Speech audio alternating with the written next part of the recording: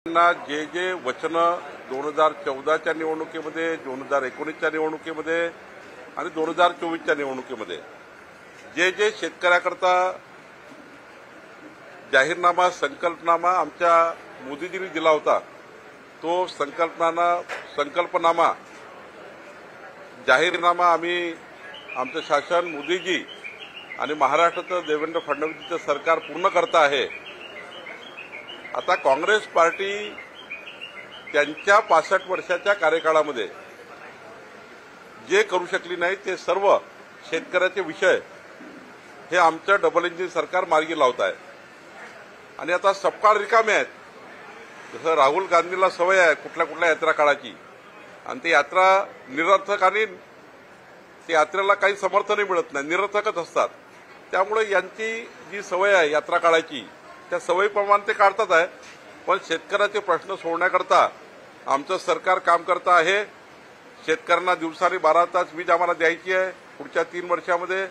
माननीय देवेंद्र फडणवीसच्या सरकारने, आमच्या सरकारने शेतकऱ्यांना मोफत वीज देण्याचा निर्णय घेतलेला आहे। शेतकऱ्याचे पांढर रस्ते बांधकामाचा निर्णय आम्ही घेतला आहे। शेतकऱ्याचे रस्ते मोठे करून देण्याचा निर्णय आम्ही घेतला आहे। शेतकऱ्यांना पीएम किसान योजनेमध्ये आम्ही त्या ठिकाणी केंद्र राज्य सरकारचे 12,000 रुपये देण्याचा निर्णय आम्ही घेतला आहे।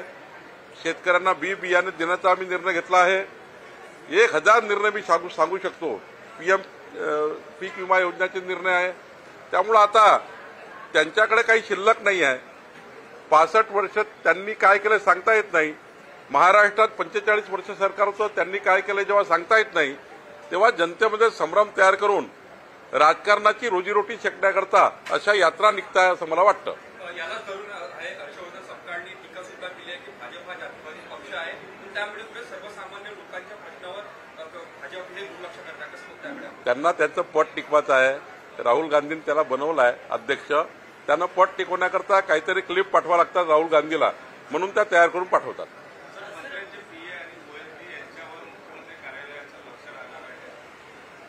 माननीय मुख्यमंत्र्यांनी असं कधीच म्हटलं नाही की त्यांचं लक्ष राहणार आहे। माननीय मुख्यमंत्र्यांची भावना एवढीच आहे की आमचे ओएडी, आमचे पीएस हे वर्षानुवर्ष 20-20, 30-30 वर्ष मंत्री बदलतात, पण पीएस बदलत नाही। आता सरकार बदललं, मंत्री बदलतात, पण पीएस तेच असेल तर सरकारच्या पारदर्शी गतिमान सरकारबद्दलच्या ज्या भूमिका आहे त्या पुढे जाण्याकरता थोडं मला असं वाटतं यामध्ये मुख्यमंत्री महोदयांना काही याच्या बाबीबद्दल त्यांचं रिझर्वेशन आहे। आणि गोष्ट खरी आहे, जेव्हा मंत्री बदलतात तेव्हा नव्या दमाचे पीएस आले तर अजून चांगल्या पद्धतीने त्या ठिकाणी मंत्रालयीन कारभार त्या ठिकाणी अजून सुकर होतो आणि अजून गतिमान होतो। आता मी मंत्री झाल्यावर, महसूल मंत्री झाल्यावर मी 4 पीएस नवीन घेतले तर ते अधिक जोमाने काम करतात आहे। जुने काही काम करणार नाही का, ते करणार होते। पण माननीय मुख्यमंत्र्यांची भावना आहे की जेव्हा सरकार बदलतं तेव्हा या सरकारचा जो अजेंडा आहे त्या अजेंड्यावर काम करणारा त्या ठिकाणी अधिकारी आले पाहिजेत। आणि जुने 20-20 वर्ष मंत्रालयामध्ये एकाच ठिकाणी जागेवर बसलेल्या लोकांनी काहीतरी फील्डवरही काम केलं पाहिजे, नव्या ठिकाणी काम केलं पाहिजे। शेवटी एकाच एक पोस्टवर आपण जेव्हा अधिकारी ठेवतो, नॉर्मली आपण कलेक्टर वगैरे बघा 2 वर्षांनी 3 वर्षांनी बदल्या होतात, एसपीच्या 2 वर्षांनी 3 वर्षांनी बदल्या होतात, एसडीओच्या बदल्या होतात।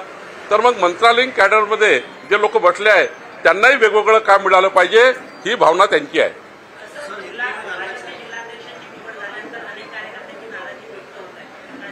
कुठलीही नाराजी नाही आहे। भारतीय जनता पार्टीच्या ज्या 80 जिल्हाध्यक्षाच्या निवडी झाल्या आहे त्या आमच्या सर्व कार्यकर्त्यांना, कोर ग्रुपना विश्वासात घेऊन केलं आहे।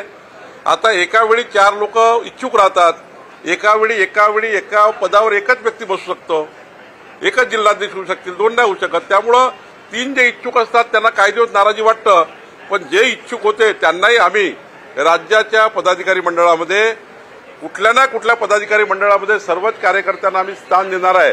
त्यामुळे कुठेही नाराज होण्याची कोणी गरज नाही। नाराज झाले असतील तर आम्ही त्याचा विचार करू।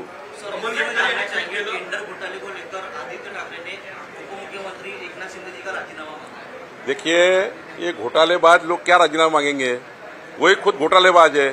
उद्धव ठाकरे की पूरी सरकार घोटालेबाज थी। कौन थे उद्धव ठाकरे की सरकार में? सारी लीक मंत्रिमंडल की देखेंगे तो सारे घोटालेबाज थे। आप किसके ऊपर आरोप कर रहे हैं? एकनाथ शिंदे जी वहां पर जब ईमानदारी से काम कर रहे थे, अजित पवार वहां पर काम कर रहे थे, आपके पास कई बार बताया एकनाथ शिंदे जी, अजित पवार ने कि आपके सरकार में घोटाले हो रहे। कई बार उद्धव ठाकरे जी मुख्यमंत्री रहने के बाद एकनाथ शिंदे, अजित पवार जी ने उनको कहा कि सरकार में ऐसा ऐसा हो रहा है। उनके बेटे और वो खुद मिलकर भ्रष्टाचार कर रहे थे, सरकार का नाम खराब कर रहे थे। 2.5 साल सरकार में बैठकर कुछ काम नहीं किया। मंत्रालय में केवल 2 दिन आए मुख्यमंत्री 2.5 साल में। ऐसा मंत्रालय चलता है? ऐसी सरकार चलती है?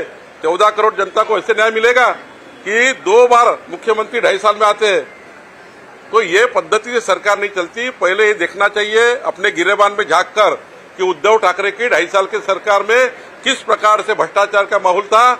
और कोरोना जैसे कार्यकाल में उद्धव ठाकरे के लोगों ने, कोरोना जैसे कार्यकाल में उन्होंने पैसा खाया। अब उसके बार बार चर्चा हुई है मीडिया में, अब मैं उसमें ज्यादा नहीं जाऊंगा, लेकिन कोरोना में मरीज को नहीं छोड़ा, ऐसी उद्धव ठाकरे की सरकार थी। वो क्या आरोप लगाएंगे किसी पे? क्या उनको अहमियत है और क्या उनके गिरेबान में ताकत है कि दूसरे पे आरोप लगाए?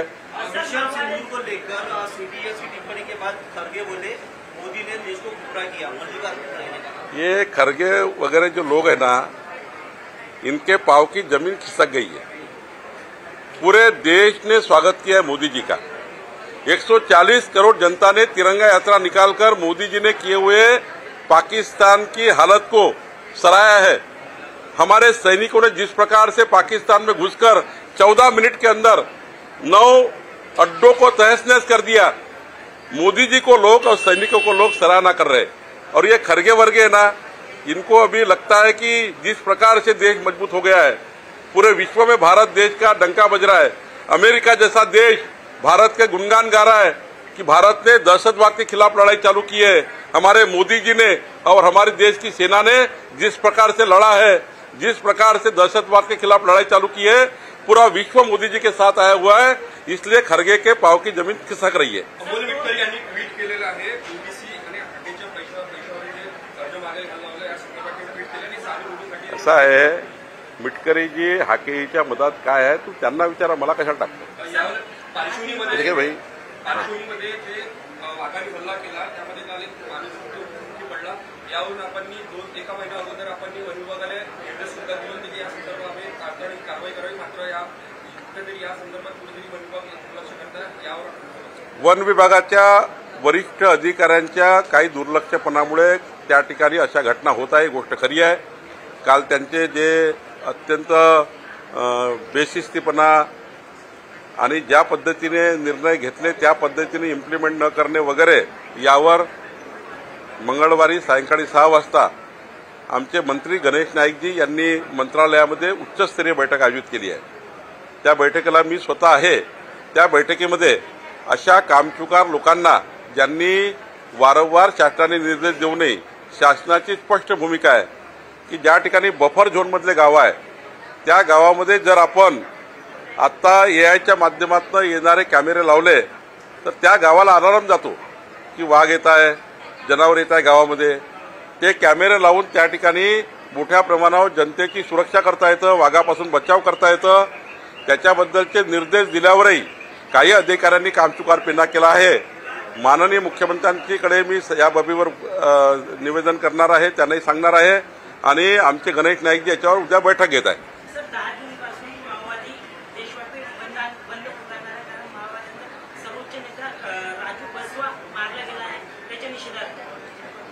त्यांच्या बंद पुकारल्याने काय होणार आहे?